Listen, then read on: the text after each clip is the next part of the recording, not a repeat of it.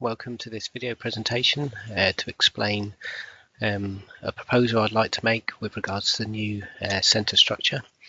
So to start off with, just give you some background to my thoughts here. So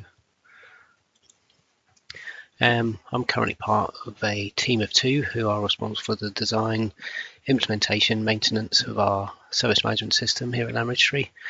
That's a job I've done for a number of years now, and we take a very people, process, product-led approach to delivering improvements.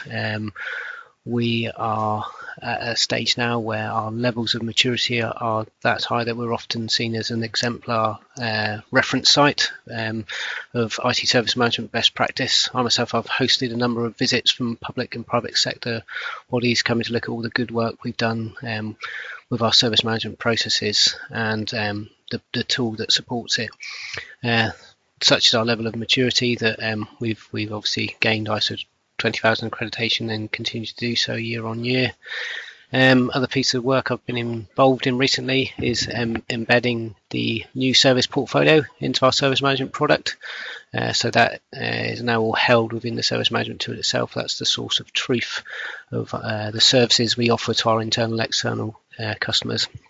We've also worked extensively with our users to iteratively evolve our self-service portal. So we've done a lot of work putting it through the usability suite, getting feedback from users to make that as good as possible to help us create those efficiencies that self-service affords and to streamline our IT processes. That's something that has caught the attention of other organisations through ITSMF, and we've hosted multiple visits where they've come down to see all the good work we've done in that area.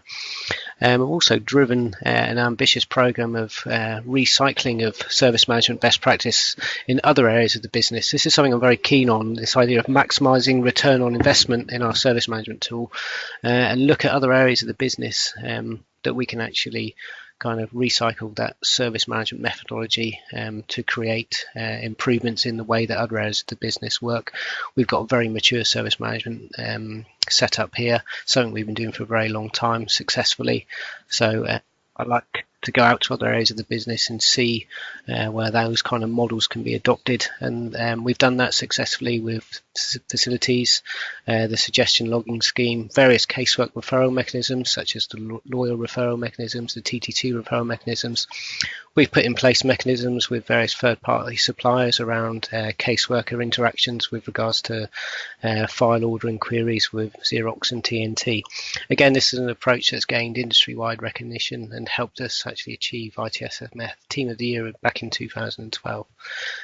Just to follow up that background as to where I'm coming from, I suppose, with some facts and figures.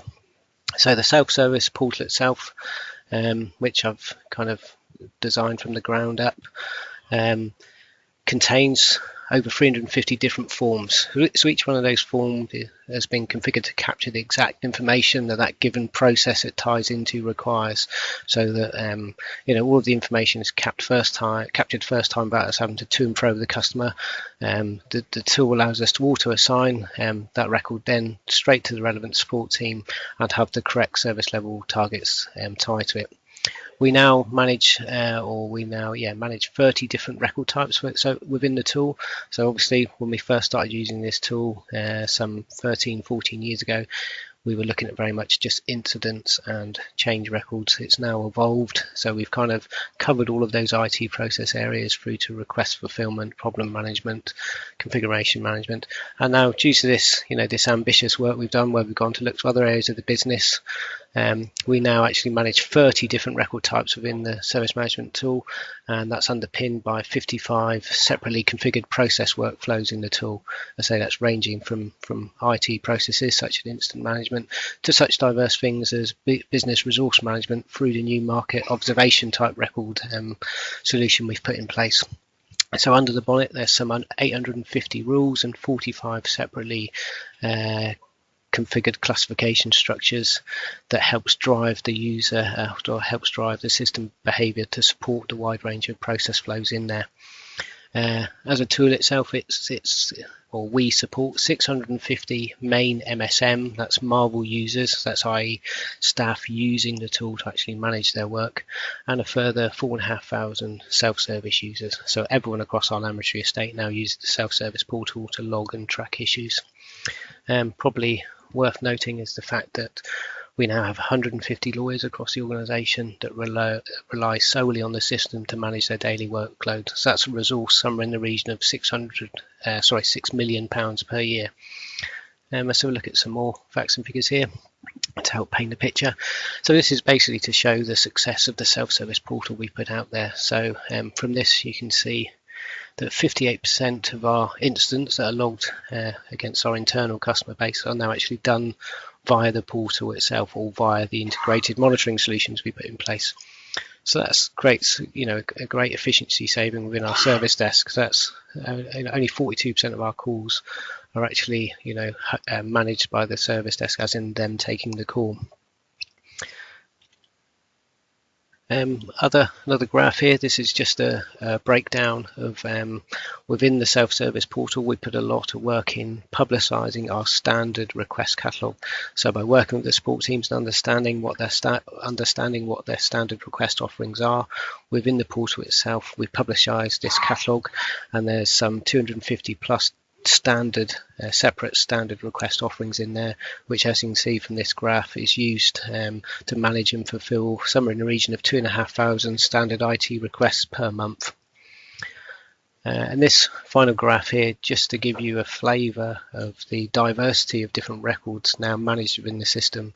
So you can see from the orange segment there, the main body of work that goes through our service management tool now is around lawyer referrals, coming second by TT2 referrals, again, which is another type of casework referral mechanism that we put in place. So that evolution to it becoming a more enterprise-wide solution is now evident that 62.75% of records logged and managed in our IT service management now actually support non-IT process areas. So what is the actual issue? So why am I coming to you with a proposal of any kind? Well, as I said, we are experiencing resource limitations. There's only 2 of us in the team, and I say it's been that way for some time, yet there's been no kind of consideration of the actual growth of the product, the processes and the actual services we support.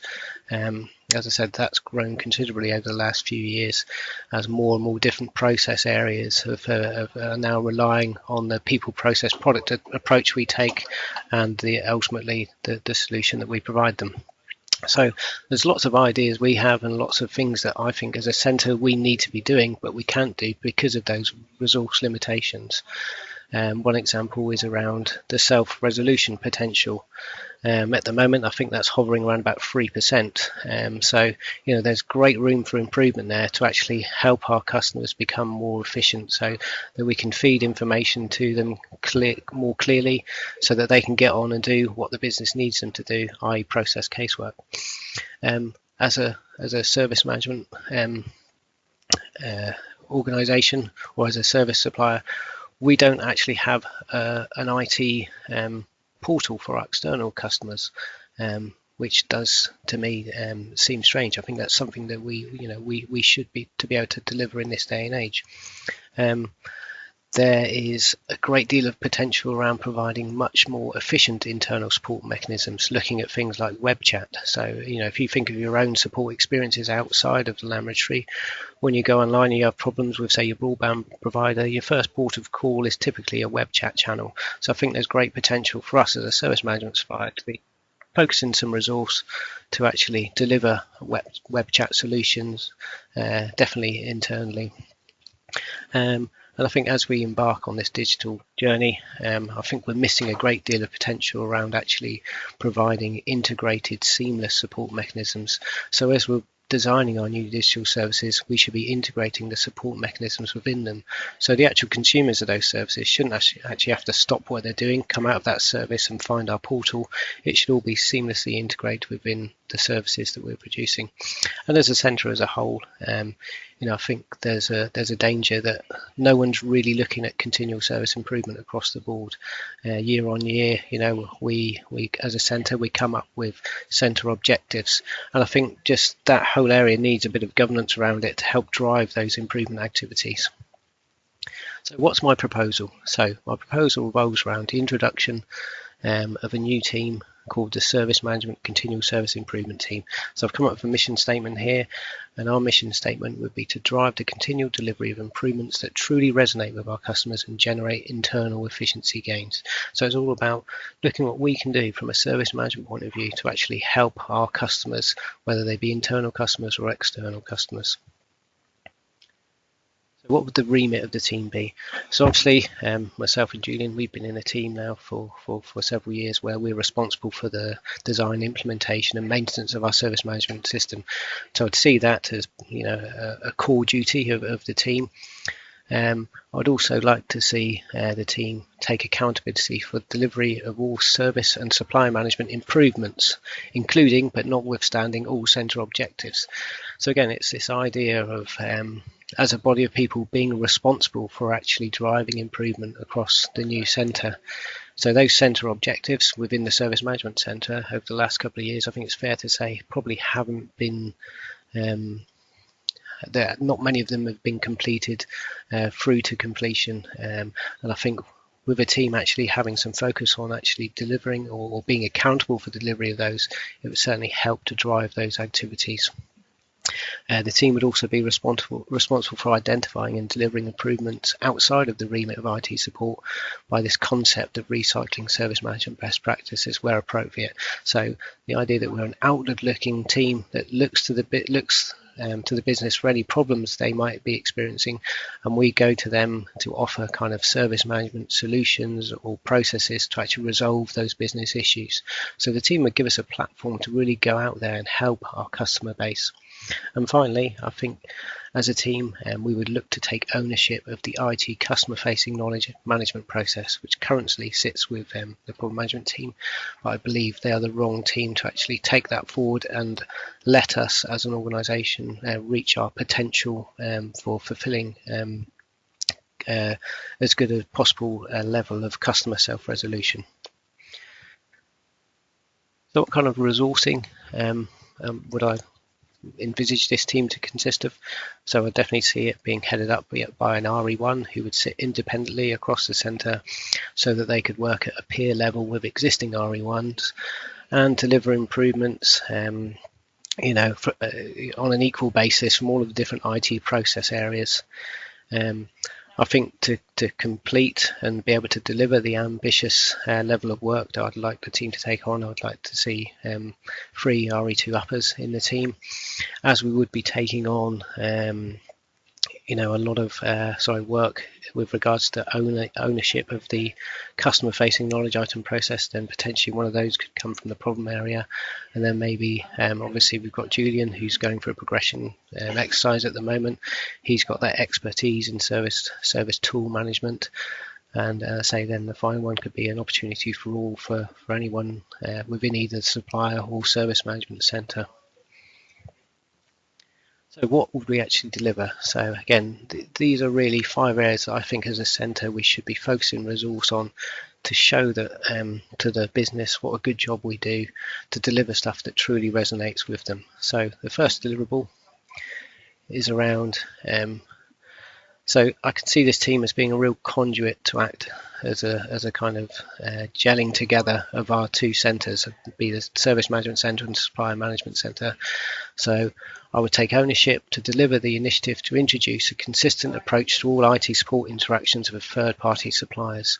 So this is about giving our IT support guys a consistent process for all of their interactions with third-party suppliers.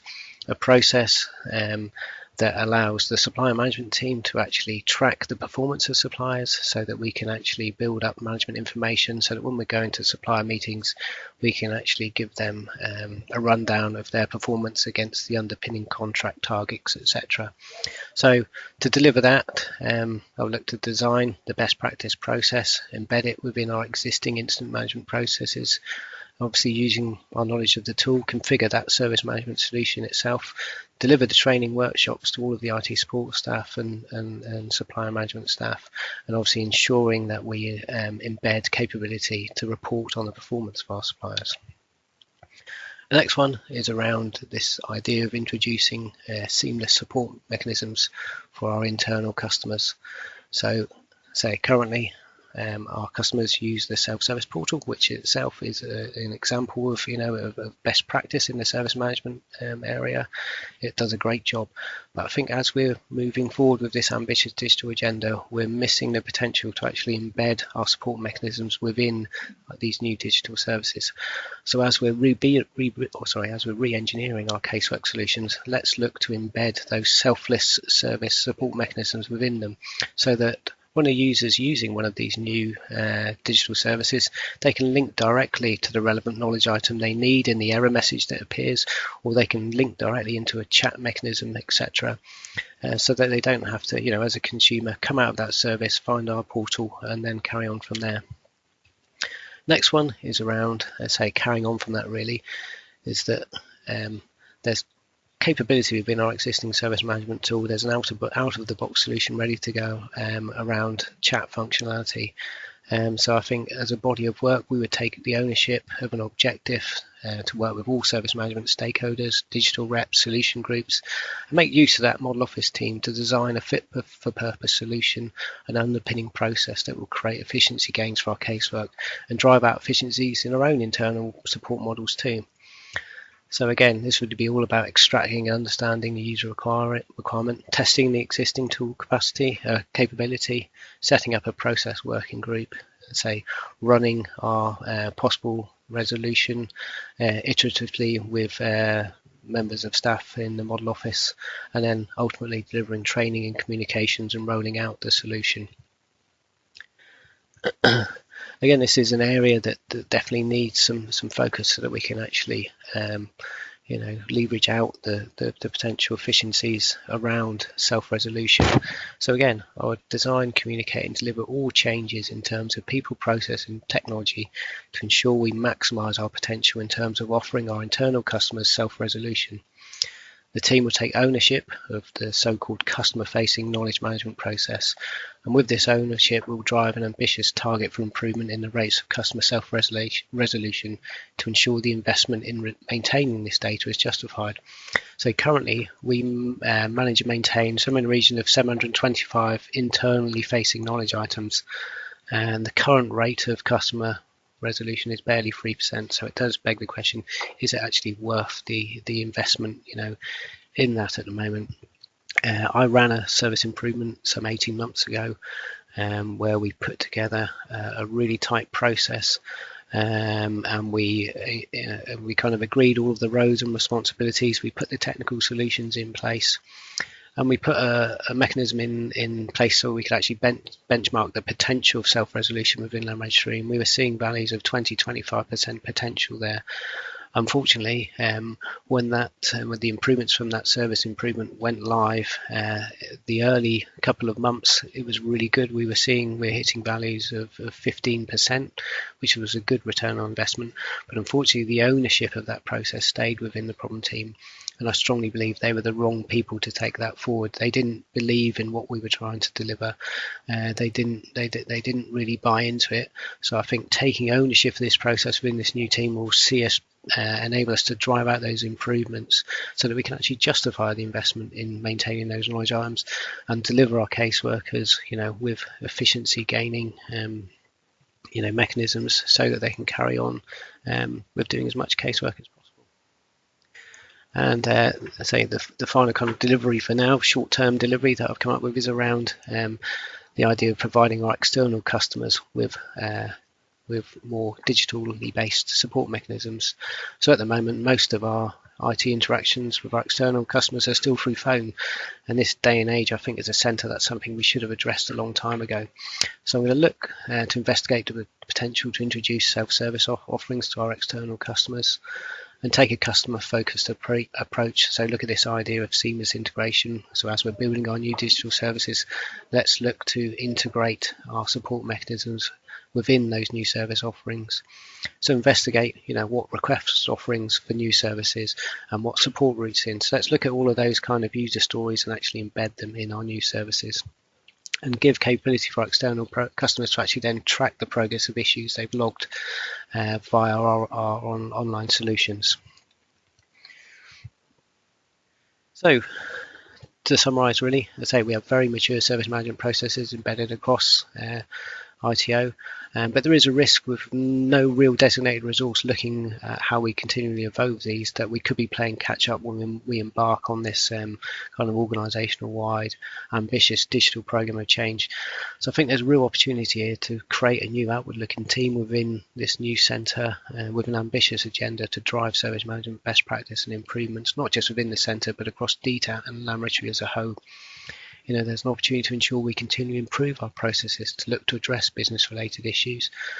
As a team, I'd look for us to drive a shift left initiative across the whole of DTAT so that we can make the most of knowledge sharing across our support teams. And I think it's a great opportunity to help knit together the new centre and drive best practice to continually deliver benefits that will resonate with our customers. So that's the end of this presentation that's gone on for about 20 minutes now, so I apologise for that. So thanks for listening. As I say, having worked in service management at Lanrotchery for 15 years, I'd really love the opportunity to make a real difference to this centre and drive these pieces of work forward. I'd really relish being afforded this opportunity, and I've no doubt that with my passion and drive in these areas we could deliver a number of really successful outcomes. Any questions on this, then please give me a shout.